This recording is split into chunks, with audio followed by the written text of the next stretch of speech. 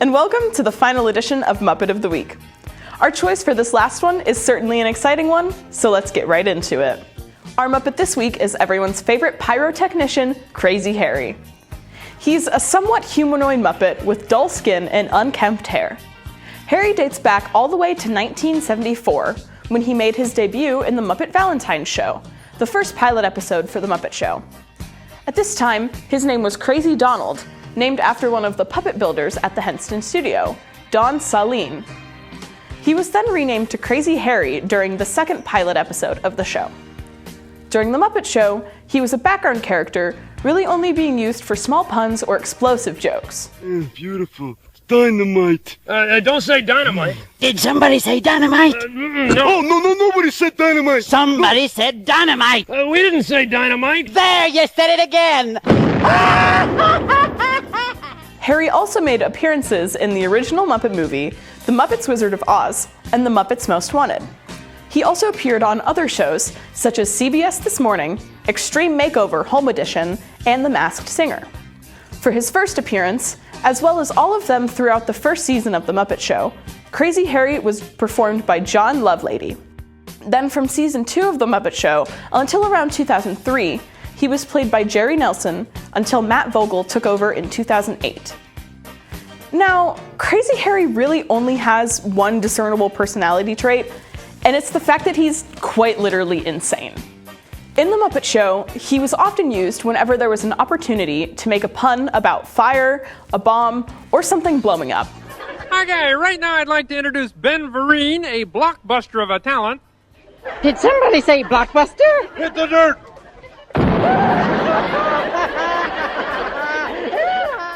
Not only does he blow things up often, but he gets great amounts of joy from it too. Hence the name Crazy Harry.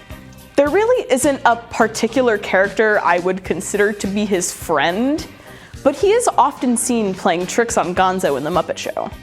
Crazy Harry is kind of off-putting, so it does make sense that no one really wants to be associated with him. Whenever he's around, his presence really puts everyone else on edge. I mean, there is something oddly intimidating about someone who runs around exploding things all the time. Despite the fact he doesn't have any real friends, Harry seems pretty content with his life, as long as he has his TNT. Overall, Crazy Harry is just a silly little guy who's just a tad bit insane. Well, that's it for this episode of Muppet of the Week.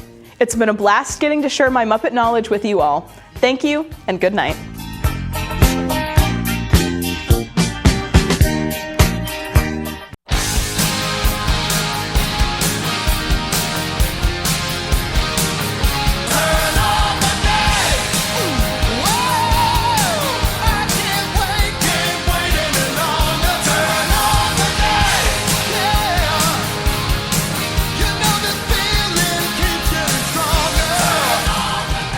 Hello, and welcome to Massillon Tonight for Thursday, May 15th, 2025. My name is Basil White, and with me is Lana Fisher. Thank you for Basil White for their opening segment of Muppet of the Week. Tonight marks our 10th episode and the season finale of Massillon Tonight. Can you believe that we filled 10 episodes? I can't believe it. It's been pretty cool creating our own TV show from scratch. We've had some great segments this year, but we have also had some, what Mr. Farrell calls, learning opportunities. Tonight is no different. First up, Gage Barrett does a great job of taking an 8-hour documentary about Tears for Fears and cutting it down to almost a 9-minute runtime in tonight's Where Are They Now? Take a look.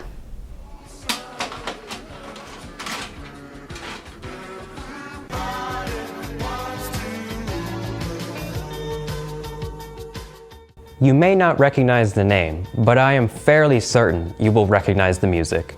That song you just heard is their most iconic song from their most successful album, Songs from the Big Chair in 1985, which is still culturally relevant to this day, 40 years later.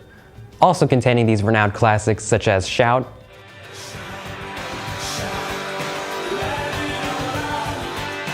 and Head Over Heels.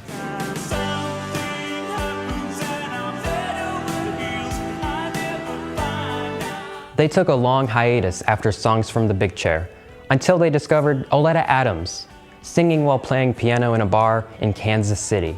They loved her emotional, powerful voice. They needed her to work on an album with them. So they asked, and she accepted immediately. She was the foundation of the next album, The Seeds of Love, which released 4 years later in 1989, with songs like Sowing the Seeds of Love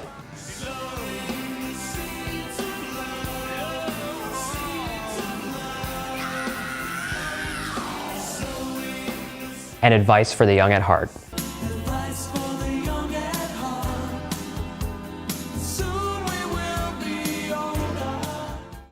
But where have they been since then? 4 albums, a divorce and grief, This Is Tears for Fears, Where Are They Now?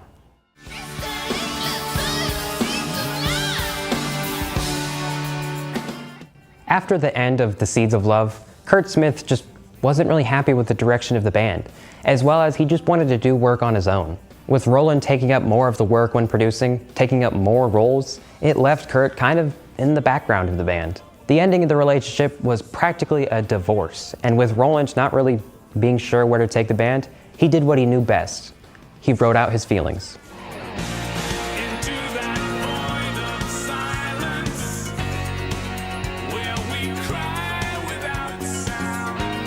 Laid So Low being a play on words of laid solo, since it was no longer a duo band. Roland wasn't sure where to go from here, so he called up a few friends to, once again, do what he knew best. Have a couple of mates in a studio and just riff and raff songs for a new album called Elemental.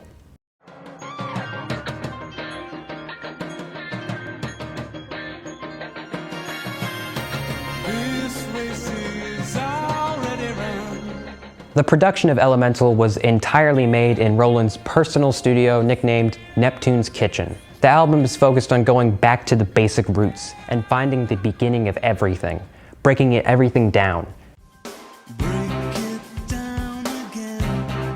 It's bitter, it's cold, it's spiteful in a beautifully authentic way. One of the tracks, Fish Out of Water, was lyrically entirely pointed at and attacked Kurt.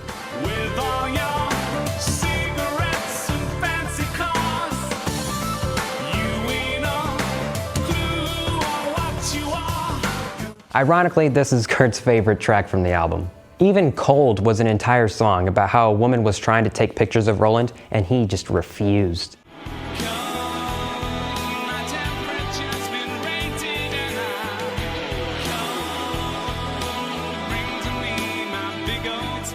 Later, that same woman wrote a letter to him saying, "How can someone who makes such warm music be so cold?" With 8 songs on the full album, it is an absolutely amazing set of tracks and a very good way to kick off Tears for Fears without Kurt Smith.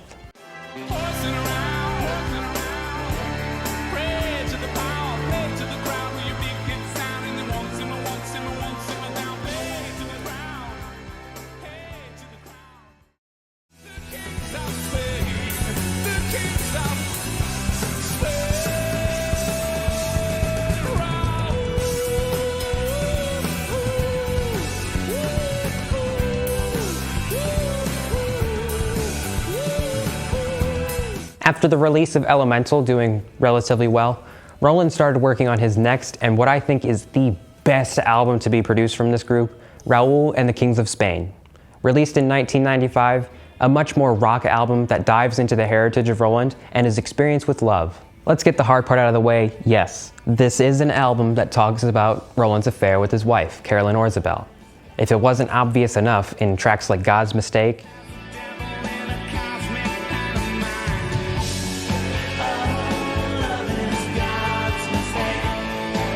Secrets,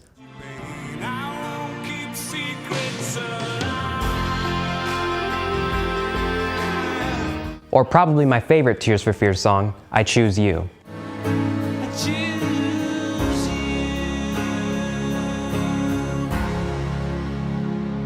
Roland's range and power in his voice, the just raw, down to the bone emotion you experience, is what makes this album so amazing. The live experience of this album was actually Roland's main focus, being able to put on an amazing show. In fact, I would say sometimes they're better live.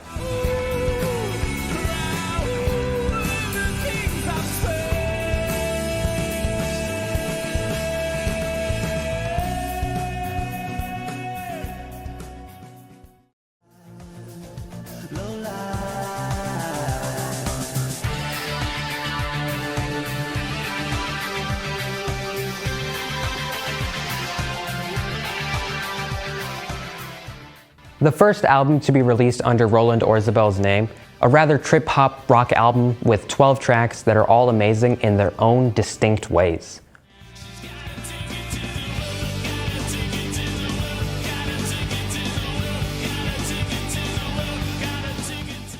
This was the first album Roland produced with absolutely no record label.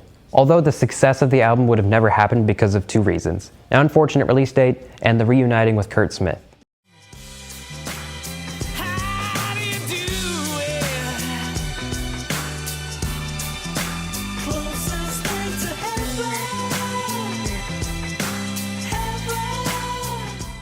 Firstly, how did Roland and Kurt end up chatting again? Well, it was for legal work. In fact, after all the legal work was finished, Kurt sent a fax to Roland saying, "Thank you, call me." And they started having a chat. Kurt flew in from England and they had dinner, and from there, Everybody Loves a Happy Ending began. It has quite a few tracks that are great, very Beatles-esque. From then on, the duo just didn't have any plans to do any new albums and just, pop in and do a few live performances every once in a while.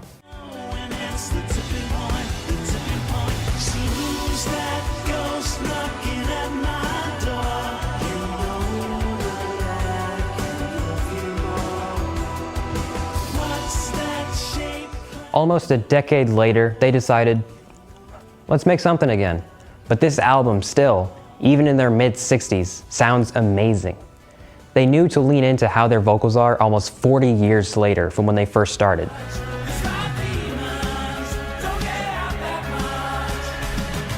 Doing live shows throughout 2022 and 2023, and in later 2024 releasing Tears for Fears Live, a tipping point film.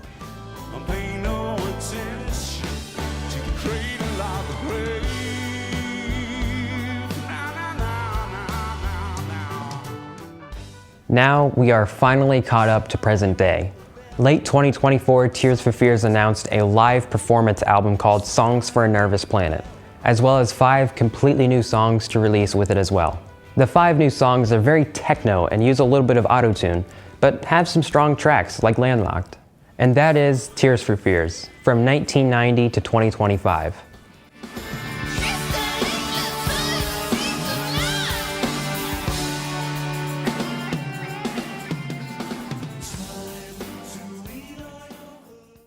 In our next segment, the music keeps going. This time, we're going in a slightly different direction.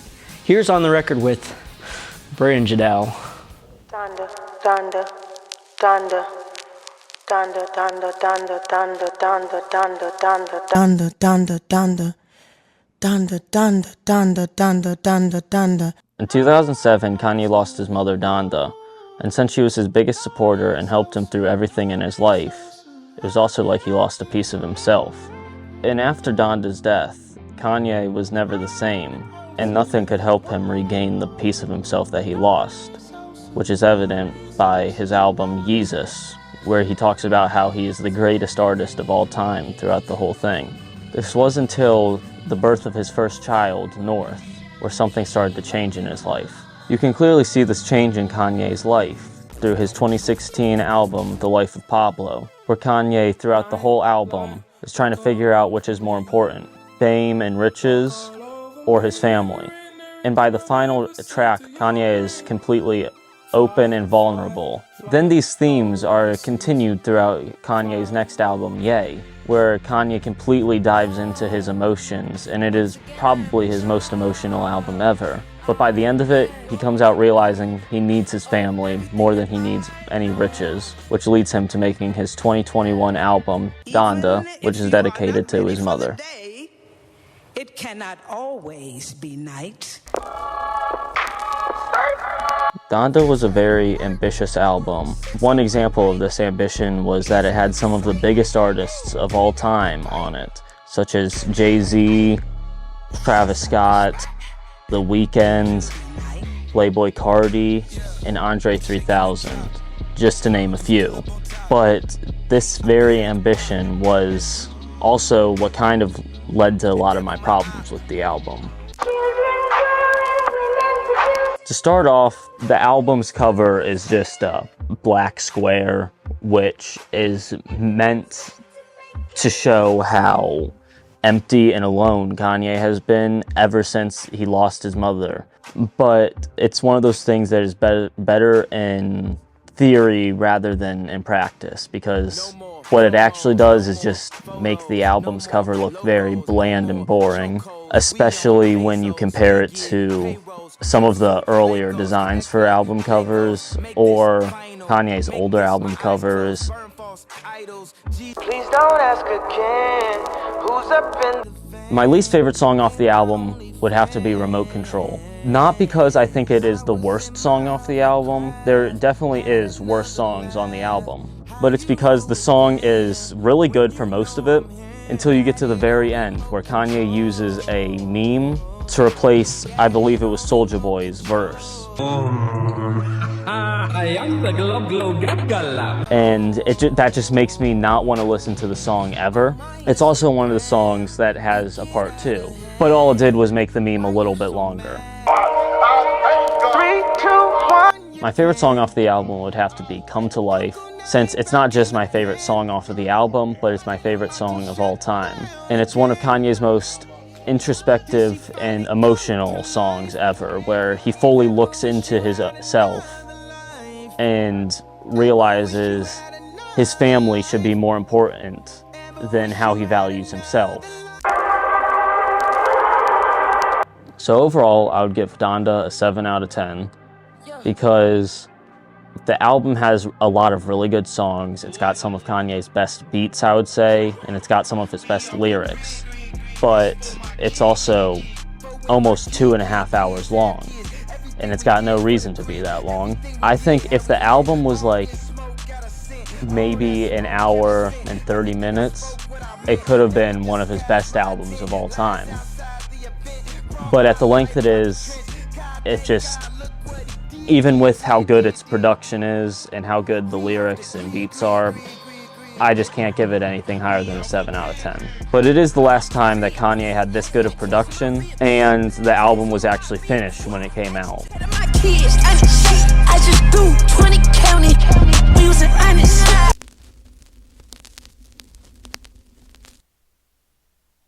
Everybody loves a good science experiment, especially when that science experiment goes wrong.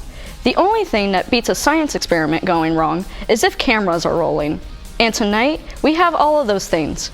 JJ Labocane and Alicia Stutzman bring us the science experiment.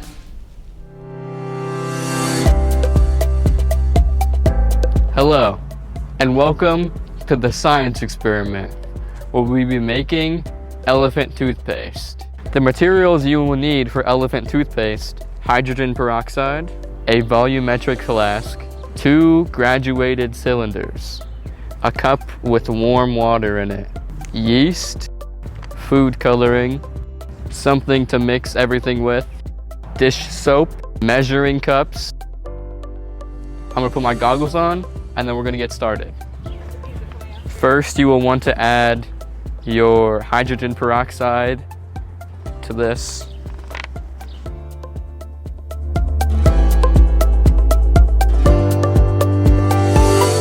And now we will add some dish soap. Yeah. Okay. Next we will add some blue food coloring. Just a few drops.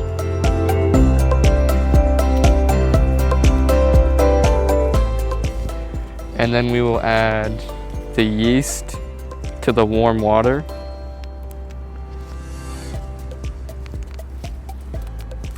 I don't know if I can open this.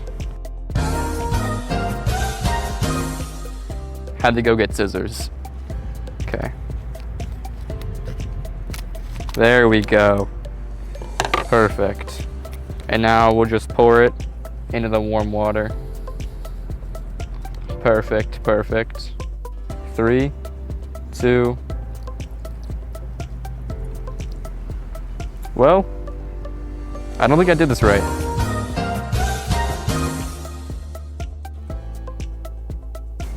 Let's see if pouring more yeast in will work. It appears to have not worked. More water. Okay. I'm not drinking this. Take it? Okay, okay. It doesn't seem to be working. Oh, maybe a little bit. Yeah! Yeah, it's working. Now it's oozing everywhere. Amazing, amazing. We got it to work, guys. Now on to the next one. Now it's time for this big one. We're gonna pour a bunch of hydrogen peroxide in here. Let's see what happens. Maybe that was too much. And now the soap. There we go, there we go. A little bit more. Let's do green. All right, green going in. There we go. Whole lot of green. Yeast water going in. Let's see what happens. Let's move this Dawn dish soap. See what happens. Okay. Oh, it's going. Here we go. Shake it up a little bit. It's overflowing. It's overflowing. Amazing. But for this one, we'll do something special, and we'll do everything backwards. So, we will add the water and the yeast first. Don't know how this will go, but we'll see what happens.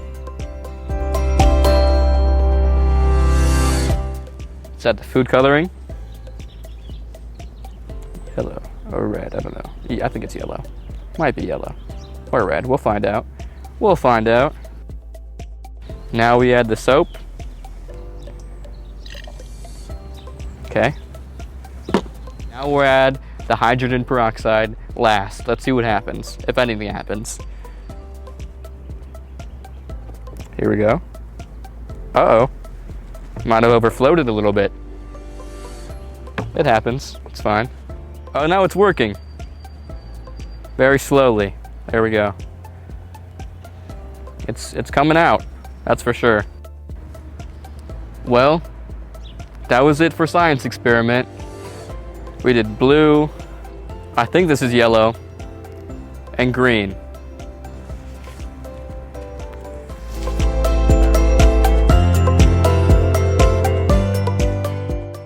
This entire season, Graysonhurst has taken us down some creepy paths. We tried to get him to show us something that was a little more lighter in tone. He didn't. And tonight is proof of that. He may have taken his history class just a little too seriously and made this final segment of History Facts. Let's take a look.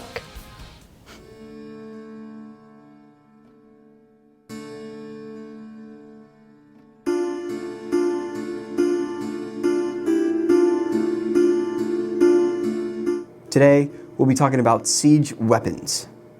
First, let's talk about catapults.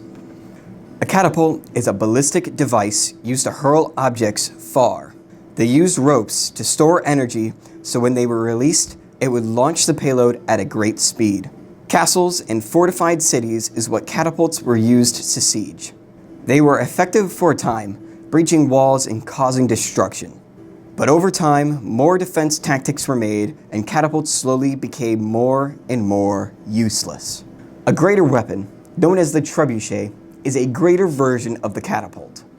This used a rotating arm with a sling attached to the tip, which was used to launch a projectile. This was an extremely powerful siege machine until gunpowder was invented.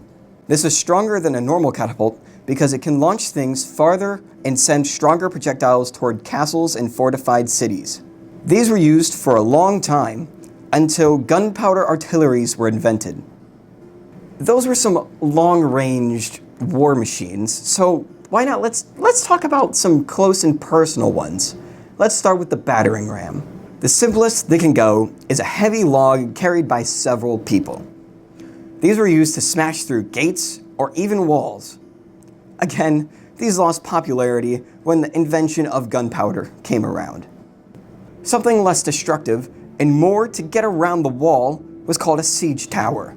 These were tall, with ladders going to the top, and protected by walls surrounding the front. These were wheeled up to walls so the warriors can enter the ramparts. These were extremely old, as the 4th century BC was used by the Greek armies. This journey has come a long way, and history is something to be remembered. I want to wish you all an amazing life and a greater journey as History Facts comes to an end. Goodbye.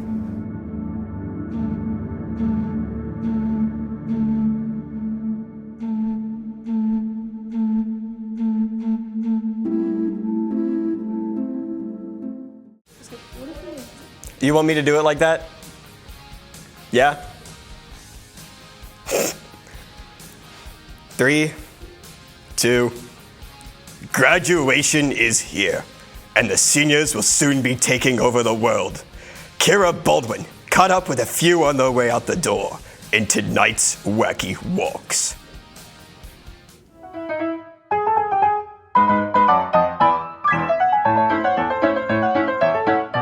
What's your name? Lizzie Mora.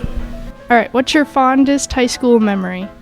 My fondest high school memory is being in Pep Club and decorating the gym for Massillon McKinley Week and just seeing all of our hard work of all of our posters put together and just for everybody to enjoy it. And overall just seeing the school decorated for Massillon McKinley Week and seeing all of our spirit put around the school. What's your name? Sophie Beard. What's advice you'd give to upcoming freshmen? To not take things so seriously because it's just high school and nothing matters because you're teenagers and it just doesn't matter, so don't take things seriously. What's your name? Destiny Nelson. What's your greatest achievement you have so far? Joining the Air Force to serve our country. What's your name? My name is Nathaniel Taylor. All right, what's one thing you wish you did differently? I wish I could probably stay more focused. Instead of being getting all sidetracked on other people and other things other than schoolwork. What's your name? Leo. All right, what are you most excited for after high school? Stacking my bread, getting my money up, moolah, cash money, working a whole lot, and making a ton of money. That's about it, though.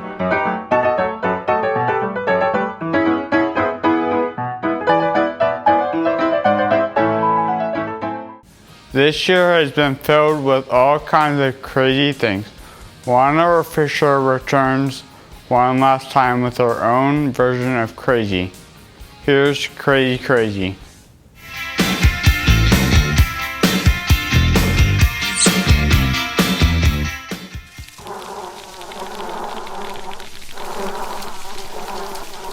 Hello, and welcome to Crazy Crazy. I'm Lana Fisher, and tonight we have a very special guest, Crazy the Worm Bug. So, how are you feeling today? I am feeling pretty good today. That's good. So where are you from? I came a long way from Antarctica. Wow. How can you live in the cold? My body doesn't really get bothered by the cold, since I do have a shell-like body. So what is your daily life like? My daily life? I wake up, eat my daily mosquitoes for the day, then go play in the snow. Then I find a leftover fish from the polar bear man, Bunday. Then I go back to my little igloo and go to sleep. Do you have any friends there? Well, I have a couple. Dr. Canal, LeBute, he's some kind of big monster star or something. And then the North Zutrike. She bothers me a lot, but I still consider her my friend. Do you have any family members? Yeah, the thousands of brothers and sisters from the egg sack we were all in for months. I bet that was a difficult household to live in. Not really. Once we were out, we pretty much grew up already and went our separate ways. Do you travel outside the Arctic? Well, yeah. I mean, if I didn't, I wouldn't have been the mascot of this show. That would make sense. Speaking of, how do you think this year went for you, the creatures, and the other monsters? I think this year went pretty well, since I did get to meet some of the creatures in person after the Mystery Creatures show was done with production. and most of them did tell me that they enjoyed having some screen time, and we're glad that they got to be in the show. I'm really glad to hear that. I've heard that from the other creatures as well. What are you going to do after the show? Well, I might just call a mute and hang with them, or work with them, who knows. Well, you two could make a show together. The next time I name a show, it's going to be called The Crazy Show, not the Cthulhu, Lots, or Crazy, or any other crazies. You were the one who wanted to call this Crazy Crazy. But anyways, this will be it for Crazy Crazy. You may see us on other things, or not. If so, then we will see you next time. If not, bye-bye.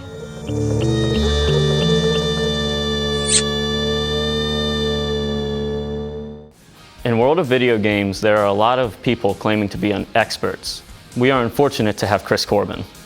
It's time for the final edition of Game Break with Chris Corbin. You okay, man? Do you need tissue or anything? I need Chris. Need Chris? I need Chris to stay.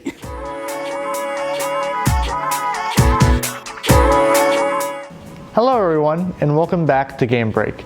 This episode, I'll do something similar to the mobile game episode and cover 3 separate games. Let's get started with the first game, which is...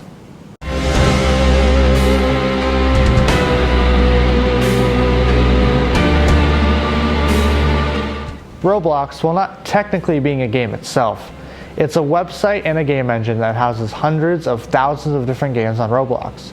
The variety of Roblox games is vast, and you can find at least one game to your liking. To show you just how beautiful some of the effects can be in some games, I'll show you some of my favorites.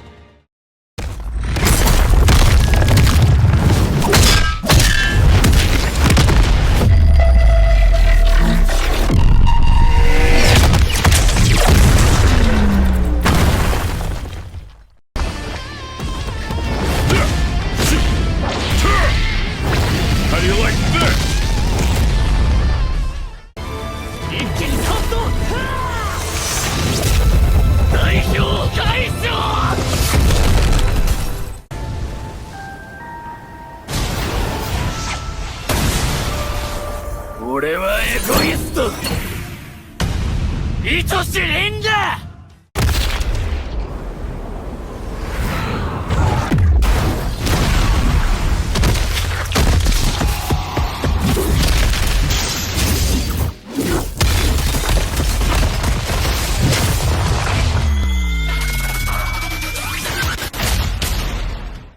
These cinematics and effects are truly some of the best I've seen, and this is why I chose them. One of the best things about Roblox, in my opinion, is the diversity. There's every single type of game on the platform, you just have to find it. For example, there's fighting games, parkouring games, horror games, RPG games, and so much more. In Roblox, your mind can get as creative as you want while making a game. That's the amazing part of Roblox. But speaking of creativity, let's move on to the next game, which is...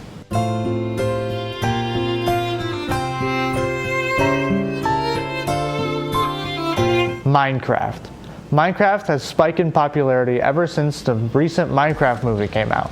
Minecraft is where you can really let your creativity run wild.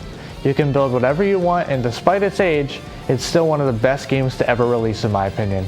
There's servers, mods, and even official Minecraft April Fool's modes to play, such as this year's RPG game mode where you have to level up to unlock different skills, or one of the past years where you can enter thousands of different dimensions. Minecraft can be played by all ages and is, in my opinion, a good game for everyone to at least try. But let's move on to the final game, which is...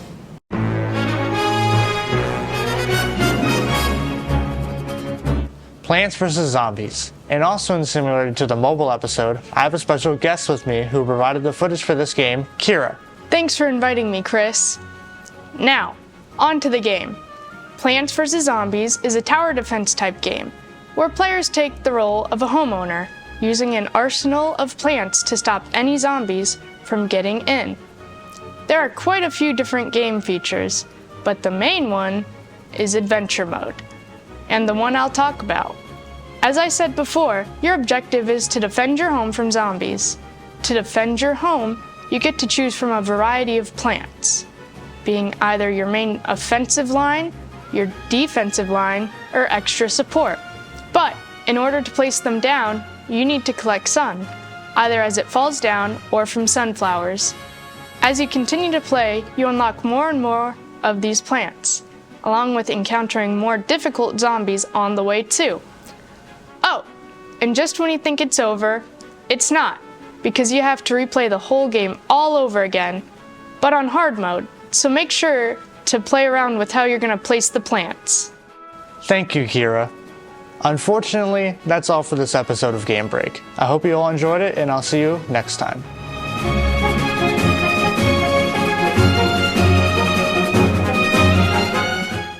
Canvases, paints and paintbrushes. These are all very important things to know before you start your own painting TV show. But don't tell Brady Watson that. Here's the final installment of Painting with Brady Watson. You got some popcorn or something I can...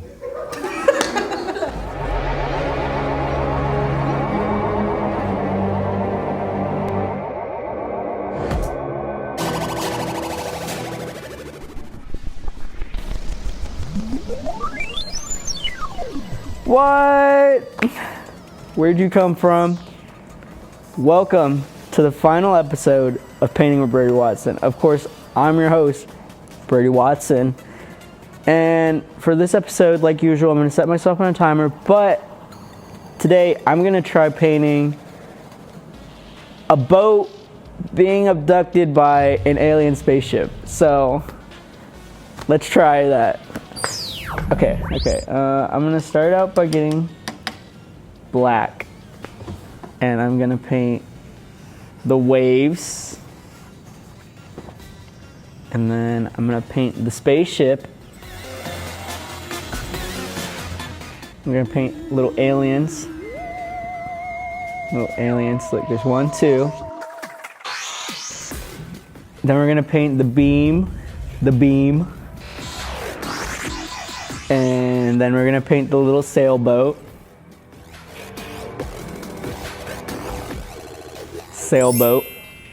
Now, it's very bland, boring. There's nothing cool happening in this photo besides this awesome spaceship eating this little boat. We gotta put some color. Let's get some color. All right, please work. Nice. It's working this time.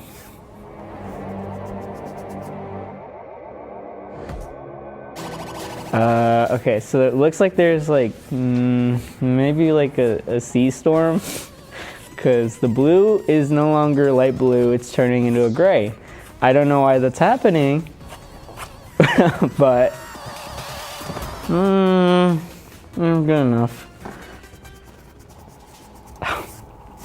Oh, God.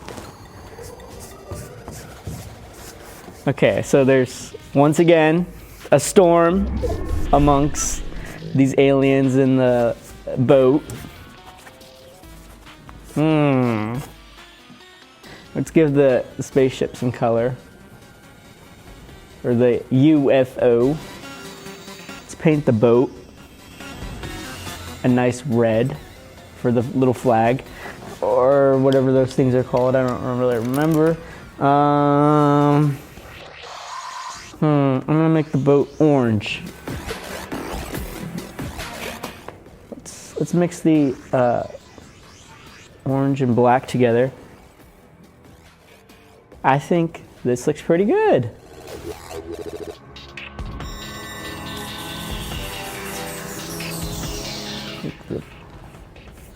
The pink. Now we forgot to paint the ocean, so let's do that. Okay, let's mix this blue and pink together, see what we can get. Okay, that's not what I wanted.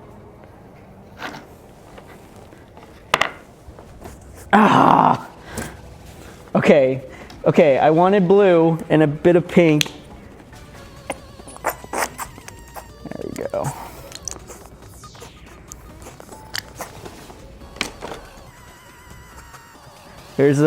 It's beautiful, I think. Oh, And I hear the timer.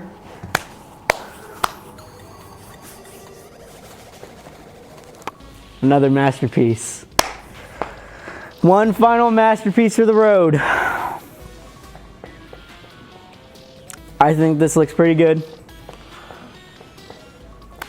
Thank you for watching Painting with Brady Watson. Goodbye.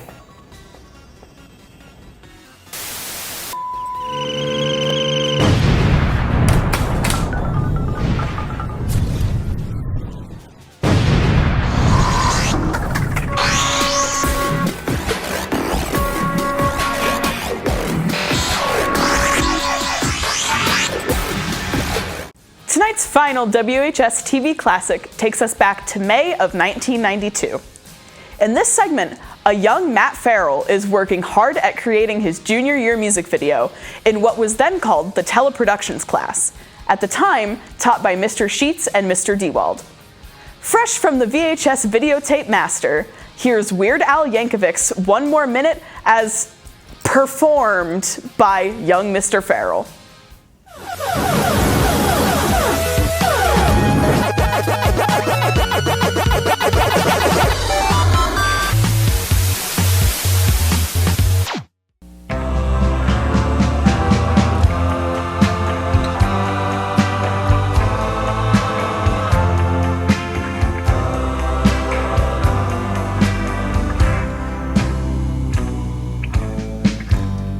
Well, I heard that you're leaving. Gonna leave me far behind. So far behind. 'Cause you found a brand new lover. You decided that I'm not your kind. So I pulled your name out of my Rolodex. And I tore all your pictures in two. And I burned down the malt shop where we used to go, just because it reminds me of you. That's right, you ain't gonna see me crying. I'm glad that you found somebody new. 'Cause I'd rather spend eternity eating shards of broken glass than spend one more minute with you. I guess I might seem kinda bitter. You got me feeling down in the dumps. 'Cause I'm stranded all alone in the gas station of love, and I have to use the self-service pumps. Oh, so honey, let me help you with that suitcase. You ain't gonna break my heart in two.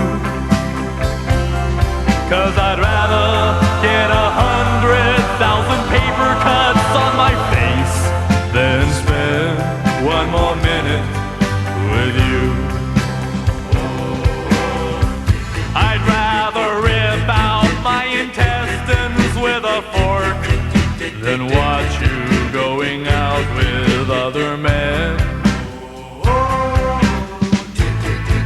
I'd rather slam my fingers in a door again and again and again and again and again. Oh, can't you see what I'm trying to say, darling? I'd rather have my blood sucked out by leeches, shove an huge pile of thumbtacks, or stick my nostrils together with crazy glue. I'd rather dive into a swimming pool filled with double-edged razor blades than spend one more minute with you. I'd rather rip my heart right out of my rib cage with my bare hands and then throw it on the floor and stomp on it till I die. Then spend one more minute with you.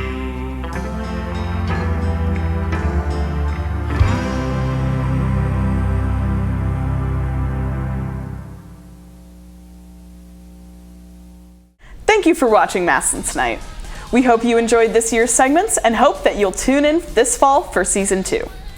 You can rewatch this episode and all episodes of Massillon Tonight on the WHS-TV YouTube channel and on MCTV cable channels 611 and 11. On behalf of the entire cast and crew of Massillon Tonight, have a great summer and thank you for watching.